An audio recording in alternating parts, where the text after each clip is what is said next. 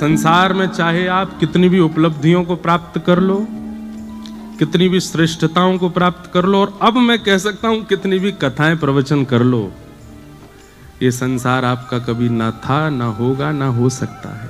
लाल जी हमेशा आपके थे, हमेशा आपके हैं, हमेशा आपके रहेंगे।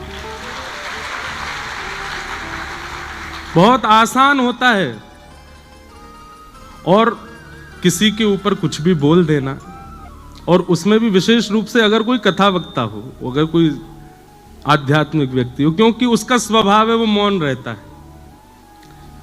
आध्यात्मिक व्यक्ति का स्वभाव क्या? सबसे पहला परिचय आध्यात्मिक व्यक्ति का यही है कि वो मौन रहेगा, वो कुछ नहीं बोलेगा। और जो बोलने लग जाए वो आध्यात्मिक नहीं है, वो भक्त नहीं है, वो भक्ति पथिक नहीं है। जो बोलता हो, जो चिल्लाता हो, जो शोर मचाता हो, जिसका विवाद में रुचि हो, वो भक्ति पथिक नहीं हो सकता। कभी सुना किसी चरित्र में, किसी प्रसंग में कि मीराबाई ने लड़ाई की? कभी सुना कि गोस्वामी तुलसीदास जी ने युद्ध किया? कभी सुना कि किसी भक्त ने अपने विद्वेषियों के साथ में, विद्रोहियों के साथ में, या अनर्गल बोलने वालों के साथ में कुछ कहा? कुछ नहीं, सब मौन रहे। क्यों? उन्हें फुर्सत कहां अपने ठाकुर जी को याद करने से। ठाकुर जी बोलते हैं उनकी तरफ से, और जब ठाकुर जी बोलते हैं तो महाभारत होता है, फिर कुछ नहीं होता। इसलिए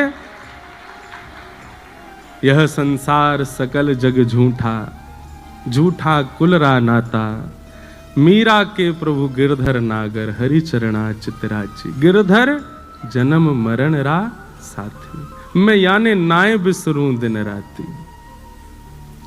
हमारे जीवन का एक नव प्रसंग प्रारंभ हुआ। बहुत लोगों ने प्रेम दिया, बहुत लोगों ने स्नेह दिया, बहुत लोगों ने आशीष दिया, पर मुख में दांत 32 हैं, जीभ बार बार गड्ढे पे ही जाती है। कई लोगों ने ऐसी मुख दिखाई दी कि महाराज बस याद रहे जीवन भर। बाबा और हो गए हम, बाबा की इतनी बड़ी शादी, बाबा का ये, बाबा का वो। सब लोगों को प्रणाम। हमारे गोस्वामी तुलसीदास जी महाराज ने मानस जी के प्रारंभ में खलों को भी प्रणाम किया, और ये होना ही था। मुझे पता था कि ये होगा, क्योंकि दुनिया चाहती ही नहीं कि ये व्यासपीठ से उतरे, यहीं बैठे रहे। हमारे पूज्य पिताजी महाराज 52 वर्षों से कथा कर रहे हैं। कितने वर्ष? यहां पर कितने लोग ऐसे हैं जिनकी आयु 52 से कम होगी? 52 वर्ष नहीं होते। अरे आजकल के भारत में सब्जी बेचने वाले व्यक्ति भी अगर 4 साल लगातार सब्जी बेच लेते हैं तो भी उनका भी इतना हो जाता है कि वो अपना घर भी बंबई में बना सके, दिल्ली में। वैसे इतना योग्य हो गया है भारत। वो अपने पुत्र का विवाह यदि अच्छे से करें तो इसमें क्या दिक्कत? और भाई सबने सब बातें कह दी, लेकिन किसी ने एक बार भी ये नहीं कहा, उस विवाह में एक वस्तु भी बिना प्याज लहसुन के नहीं थी। सब में, कुछ ही में भी कुछ नहीं था। सब कुछ नॉन ऑनियन गार्लिक विवाह, और सुनो, नॉन अल्कोहलिक विवाह।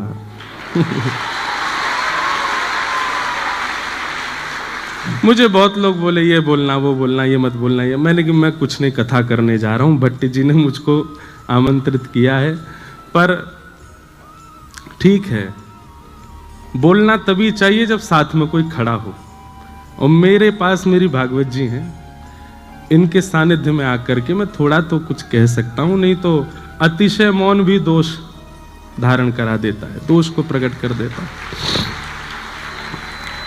लोगों को कुछ भी दिखा, पर मुझे उसमें भी मेरा एक उद्देश्य था। भक्ति पथ पर हजारों लाखों बालक मेरे साथ चल रहे हैं, सबको लेकर के मैं चल रहा हूं। हमारे लाल जी को प्राप्त करने के लिए सबकी आवश्यकता है, माँ पिता बंधु बांधव, और एक गृहस्थी को जिस नव पड़ाव की आवश्यकता थी वह भी हुआ। परंतु सब समाज संसार के लोग हैं, सबको हम प्रणाम करते हैं, सबको हम वंदन करते हैं। आपसे हम प्रार्थना करते हैं आप भी मौन रहना शुरू करो। भैया जीवन के 4 ही दिन बचे हैं, बहुत लंबा समय नहीं है हमारे पास में। एक दूसरे को पकड़ के नीचे गिराना, ये करना वो करना, उसकी निंदा स्तुति करने में समय निकल जाएगा। भगवत प्राप्ति कब करोगे फिर? अगर उसी बीच में प्राण निकल गए तो ठाकुर जी की प्राप्ति कैसे होगी? इसलिए सब विषय विकारों को छोड़ो, ठाकुर जी की सेवा में लगो, ठाकुर जी की सेवा भाव से करो।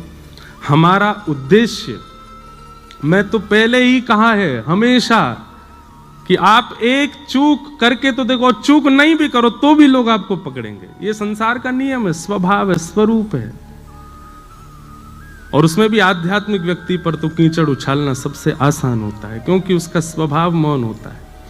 इसलिए मौन रहिए, अपना हरिनाम कीजिए, भजन कीजिए, तैयार रहिए। जब व्यास जी नहीं बचे तो हम तो श्रोता हैं, हमको भी पकड़ा जा सकता है। तो इसलिए बस ठाकुर जी की नजरों में राजी रहो, बाकी संसार की नजरों में तो कभी राजी आप हो ही नहीं सकते, कभी आप अच्छे हो ही नहीं सकते।